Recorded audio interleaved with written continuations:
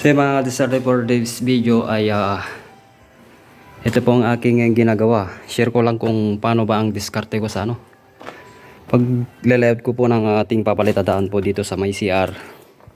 Kasi nga pag kasi ako naglalayot po ng pag ako po nagpapalitada po dito sa CR, ganito po yung diskartehan ko mga kadiskarte.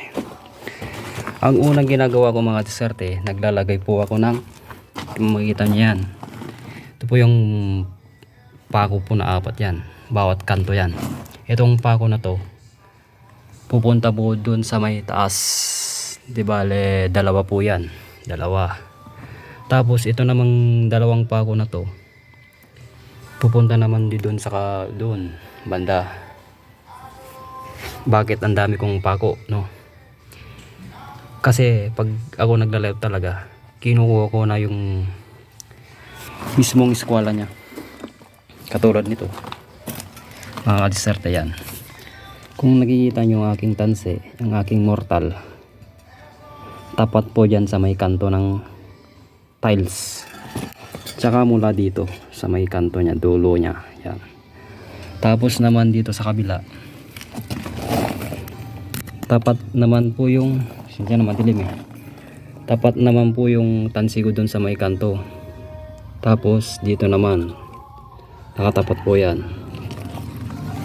mula dun, para makuha po natin yung eskwela ng ating CR. Ang aking mortal dito punta dito, tapos susukatin ko mula dun, dapat parehas mula dun, parehas. Okay, tapos naman itong tansi ko na dito sa pataas, tsaka ko naman hinulugan yan. Ito ang aking hulog, ito yan. Tapos susukatin ko lang dyan, manipod dito sa may tansi, kung ilan ang sukat nito, dapat parehas din sa taas doon. Ito yung aking tansi, tapos yung hulog ito, yan, dapat parehas din mga kadiskarte. Medyo matrabaho nga lang to kasi maraming kang ilalagay na layout na pako. Tapos dun sa taas paikot po yan, yan, yan. Pero sigurado naman yan, sigurado po na nasa hulog, nasa eskwela na po yan. Ang purpose kanyan mga diskarte, ang purpose nyan para hindi po mahirapan yung mag tiles.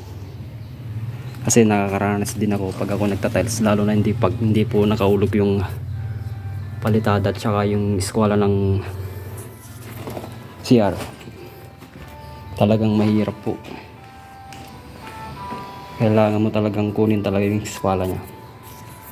Pag ganito ng mismong palitada nya, naka-eskwela na yan, para yung kapal po ng toppings po ng tiles pare-parehas, matatansya mo na yan. Ito po.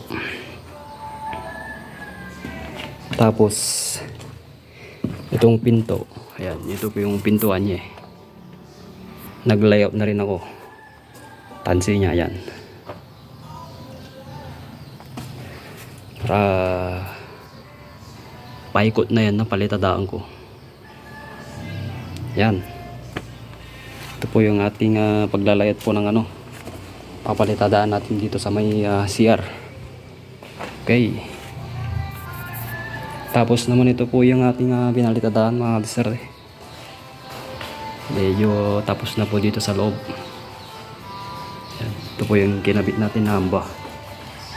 Yan, kung makita nyo yung kanyang kanto pantay po yan mula sa baba. Okay, maraming salamat po sa inyong manonood sa ating videos mga diskarte. Thank you sa inyong lahat.